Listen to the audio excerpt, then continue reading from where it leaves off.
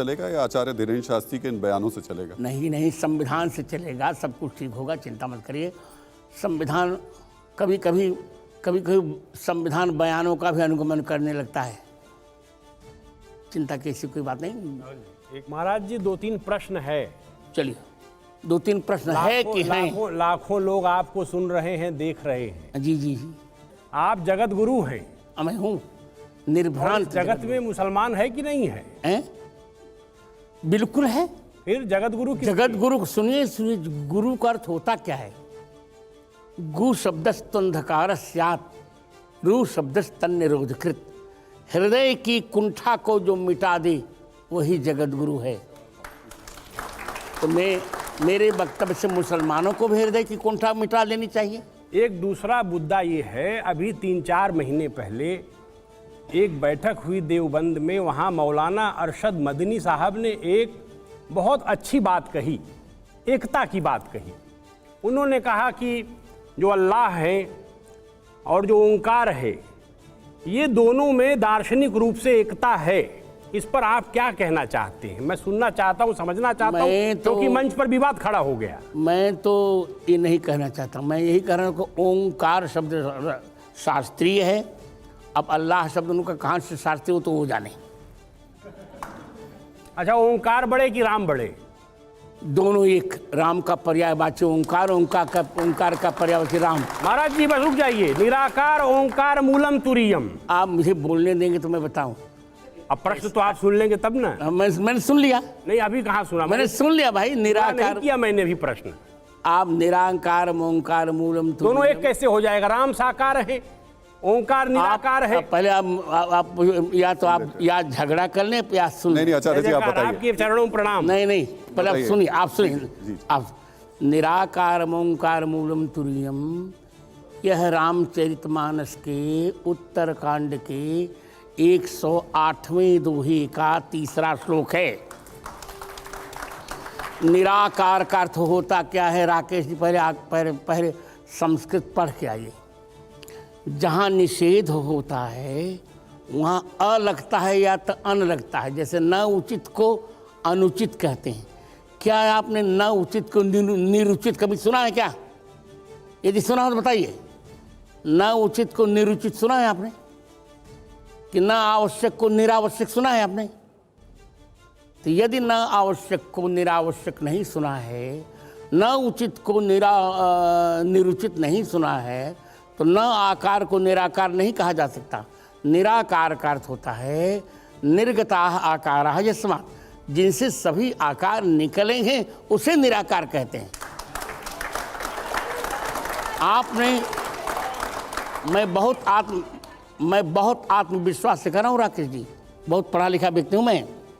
आचार्य जी सुनिए जरा, मैं बोल एक वाक्य बोल। जी बिल्कुल बिल्कुल। यदि अनाकार शब्द आपने कहीं सुना हो ईश्वर के लिए, तो मैं आपके सामने त्रिदंड फेंक दूंगा अपना।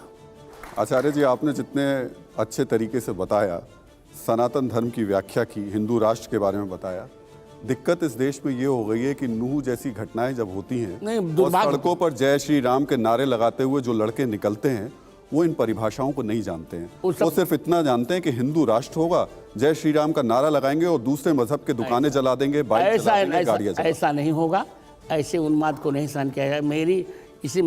मेरा वक्तव्य यदि कोई ध्यान से सुने, मैं तो कहा करता हूँ कि मैंने कभी चमत्कार को नमस्कार नहीं किया, प्रतिभा का सम्मान करता हूँ। मेरे प्रतिभा संपन्न वक्तव्यों को लोग सुने और सुन करके शास्त्रीय व्याख्याएं समझें। मैं संतों से भी कहूँगा कि संतों को बहुत पढ़ना चाहिए। आज सब कुछ हो रहा है पर संत पढ़ नहीं रहा है। लेकिन इस वक्त आचार्य जी अगर आप देखेंगे देश के कई शहरों में ऐसी स्थिति बनी हुई है, हिंदू मुसलमान आपस में झगड़ा करते सब समाधान हो जाएगा। नूह को लेकर के कोई खास संदेश देना चाहेंगे आप? मैं यही कहना चाहूँगा बच्चों से कि बचपन को प्रबुद्ध करो, युवकों से यौवन को शुद्ध करो और वृद्धों से बुढ़ापा को सिद्ध करो।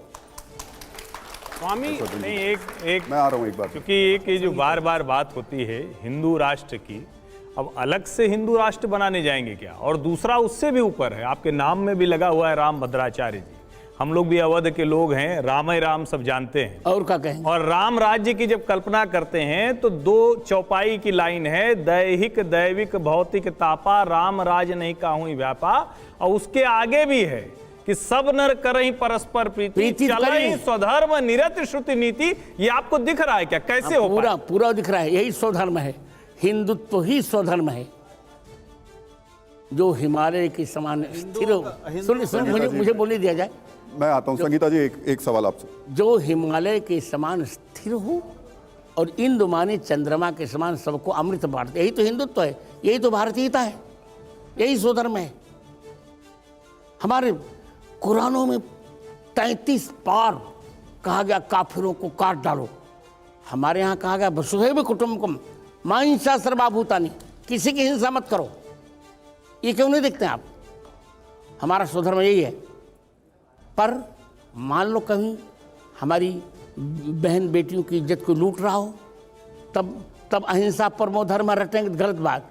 तब तो अहिंसा परम अधर्म, तब कहेंगे कि अत्याचार हिंसा न करना सबसे बड़ा अधर्म है। आचार्य जी, जब आप ये बात बोलेंगे ना तो नूह में हो सकता है रात में फिर और कुछ लोग तलवारें लेकर निकल पड़े कि ये तो कह रहे हैं कि ऐसे वक्त में हिंसा जो है वो अधर्म नहीं है। कितना सहन करें, कितना सहन करें? कबल कह लगी सहो रहो मन मारे, नाथ साथ धनु हाथ हमारे। हम सबको सहिष्णुता करें, सब लोग सहन करें। अभी सहन करने के समय है, थोड़ा सा संयम बरतें, सब कुछ ठीक हो जाएगा। संगीता जी।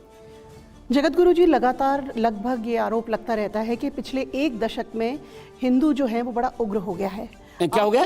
उग्र। बिल्कुल उग्र नहीं हुआ। आप लगातार नहीं, अपने अधिकार को बेटी, अपने अधिकार को मांगना उग्रता नहीं है। नहीं, मेरा सवाल अपने अधिकार को मांगना उग्रता नहीं है। याचना नहीं, अब रण होगा, संग्राम महाभीषण होगा। अपने अधिकार को मांगना उग्रता नहीं है। अपने अधिकार को ना मांगना यही नपुंसकता है। हाँ, हिंदू अब थोड़ा हिंदू में पौरुष जग गया है, उग्र नहीं हुआ। आचार्य जी, मैं थोड़ा सा सवाल हो सकता है आपको अजीब लगे, लेकिन स्थिति ये है कि अगर कोई अजीब लगता ही नहीं। अगर हिंदू ऐसे जग गया है तो उधर वाले कहते हैं कि हम सर तन से जुदा कर देंगे। वो भी अपने धर्म को लेकर उतने ही उत्तेजित नजर आते हैं। जो कुछ होगा तब निर्णय होने दीजिए हमारा, उनका क्या करें। तो फिर देश में कैसे होगा? कानून चलेगा या यही कानून चले? कानून वालों को चाहिए कि उनको भी समझाएं। लव जिहाद पर क्यों नहीं रोक लगा रहा कानून? क्यों हिंदू लड़कियों को फंसाया जा रहा है? क्यों ऐसा कुछ नहीं? हमको तो सिखाया जाता है कि आप सहनशील बनो, उनको कोई कुछ नहीं कहता। दोनों को हम स्वीकार कर, इसे हम चाह रहे हैं। हम इसे चाह रहे हैं कि समान नागरिक संहिता भी हो और समान नागरिक संहिता के साथ साथ जनसंख्या का नियंत्रण भी हो। आचार्य जी, हो सकता है 23 अगस्त को हमारा चंद्रयान जो है वो चंद्रमा पे उतर जाए। हम एक उस तरफ जा रहे हैं और दूसरी तरफ अगर हम धर्म पर अपने ही देश में इस तरीके के संघर्ष करें, संघर्ष तो नहीं क्या स्थिति बनेगी? नहीं, संघर्ष नहीं करना चाहिए। सबको सह अस्तित्व की भावना से रहना चाहिए। हम अपने धर्म का पालन करें, वो हमें न छेड़े। देखो, भूल कर भी किसी को न छेड़ेंगे हम। हमारा सिद्धांत है, भूल कर भी किसी को न छेड़ेंगे हम, और छेड़ने पर किसी को न छोड़ेंगे हम। महाराज, इतना अगर हम लोग कभी भारतीय इतिहास में हमने तो सबको एक करके देखा, हमारे गुरुओं ने सबको मिलाया है, इतना परायापन क्यों है? मुझे आश्चर्य यही लग रहा है। हम पराया क्यों मानते हैं मुसलमानों को? किस हमने कहा पराया माना? पराया माना होता तो रहीम बात में ऐसा लगता है कि वो है, हम हैं। मुझे बोले भावना आ रही नहीं, मुझे बोली थी, यदि पराया हमने माना होता तो चित्रकूट में रहीम को क्यों रख? हाँ, यदि पराया हमने माना होता तो वृंदावन में रसखान की समाज क्यों मरते? हम तो सब कुछ तय करने को तैयार हैं, पर वो भी तो राम कहने को तैयार हो जाएं। तो मान ही रहे महाराज, वो तो नहीं, मैं समझता हूँ। नहीं, कभी नहीं मान रहे। जितना अत्याचार हिंदुओं पर हो रहा, आप ध्यान नहीं दे पा रहे हैं, या तो आप किस दृष्टि से देख रहे हैं, आपका चश्मा कैसा मैं नहीं जानता। जितना अत्याचार हो रहा है वर्णन मत करो। श्रद्धा का अत्याचार क्या कम हुआ? आचार्य जी, लेकिन आपने ही कहा था शुरुआत में कि बंटवारे के वक्त मुसलमानों को पाकिस्तान चले जाना चाहिए। नियम तो यही था। क्यों मजहब के आधार पर फिर बांटा गया? परायापन आ जाएगा। हम पराया क्यों मानते हैं? हम एक कैसे होंगे? एक हम कैसे करेंगे लोगों? एक तब होंगे जब एक दूसरे का सम्मान करेंगे। संगीता जी, गुरुजी मैं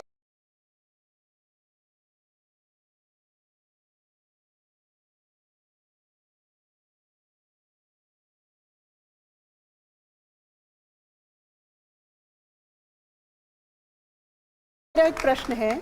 मेरा जी। प्रश्न ये है कि हमारे जनमानस के अंदर राम वो हैं जो मर्यादा पुरुषोत्तम है, नीति मानते हैं, कोमल हैं, सहृदय हैं, लेकिन वही राम हम विभिन्न जगहों पर देखते हैं क्रोधित भी होते हैं, क्या समुद्र करें? नाराज है। क्या करें? राम का असली सुनिए, स्वरूप सुनिए, क्या सुनिए। है? सुनो बेटी, जब क्षमा को कायरता माना जाने लगता है तब राम जी का क्रोधित होना उचित हो जाता है।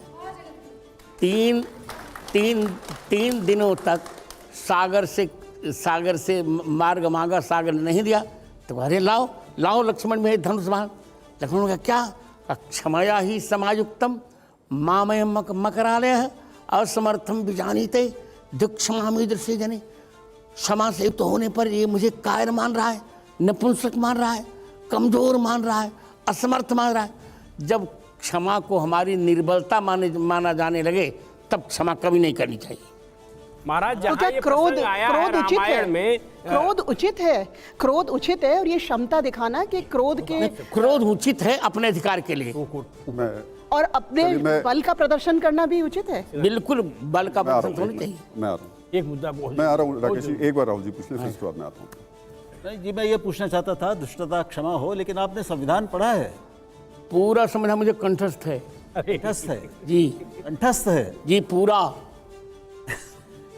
अब मैं अब प्रस्तावना आगे- कहती आगे मैं है, कुछ नहीं संविधान कहूंगा। मैंने की देख लिया हम प्रस्तावना। भारत के लोग कहती है, सब भारत के संप्रदायों को एक साथ रहने की बात कहती है। मैंने भी बात कही, सह अस्तित्व पर हमें कोई आपत्ति नहीं है, सह अस्तित्व होना चाहिए, पर प्रत्येक व्यक्ति को एक दूसरे का सम्मान करने का अभ्यास महाराज, यही करना बात चाहिए। राकेश जी, मैं आ रहा हूं। राहुल जी, मैं आ रहा ये हूं। बहुत अभी आवश्यक प्रश्न एक-एक है। करके सवाल आगे पूछते चला चलें। जाएगा, आगे बिल्कुल, चला, भूल जाऊंगा मैं। देखिए, मौर्य जी रामायण जला रहे हैं और कह रहे हैं कि रामचरितमानस में सह अस्तित्व के खिलाफ बातें लिखी गई हैं। मौर्य तो सठिया गए हैं, मैं आऊंगा, चलिए इस पर अंशुमन जी आप सवाल। उनको रामचरितमानस का उनकी आपत्ति जिस दोहे पर है उस पर आपका क्या कहना है? अच्छा, मैंने उसकी बहुत व्याख्या की है।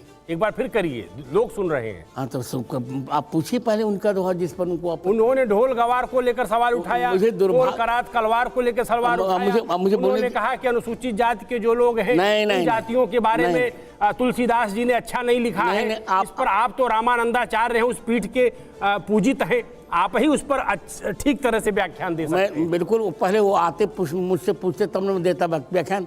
दुर्भाग्य को मेरे पास आए नहीं पूछने के लिए। अब थोड़ा आप बता दीजिए। हाँ, मैं स्पष्ट उत्तर दे करके रहा हूँ। जी। ढोल गवार शूद्र पशुनारी, पहली बात तो उनका पाठ गलत है। सकल ताड़ना के अधिकारी नहीं है, ये सब ताड़न के अधिकारी है वहाँ पाठ। कौटिल्य ने ताड़न का अर्थ शिक्षण लिखा है।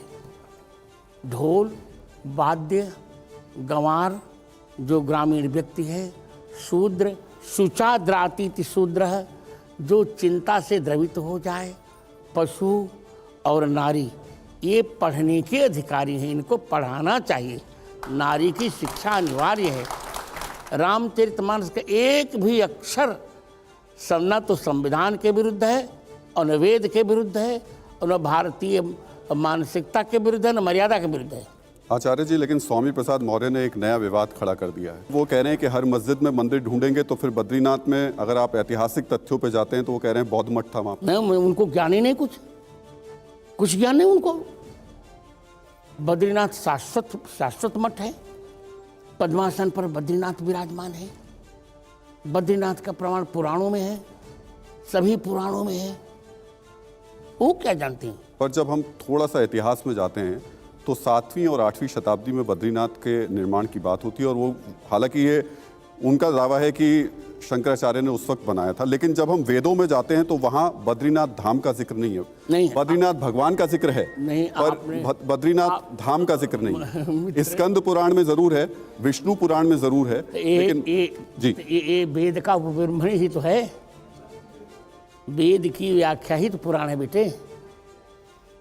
वेद की व्याख्या विभेद कल्प सुताद वेदो न मामयम प्रहरिष्यति।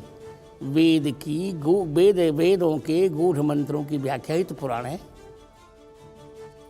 तो बिल्कुल ठीक है। और वेद में भी वेद के मंत्र में भी बद्रीनाथ धाम का वर्णन है।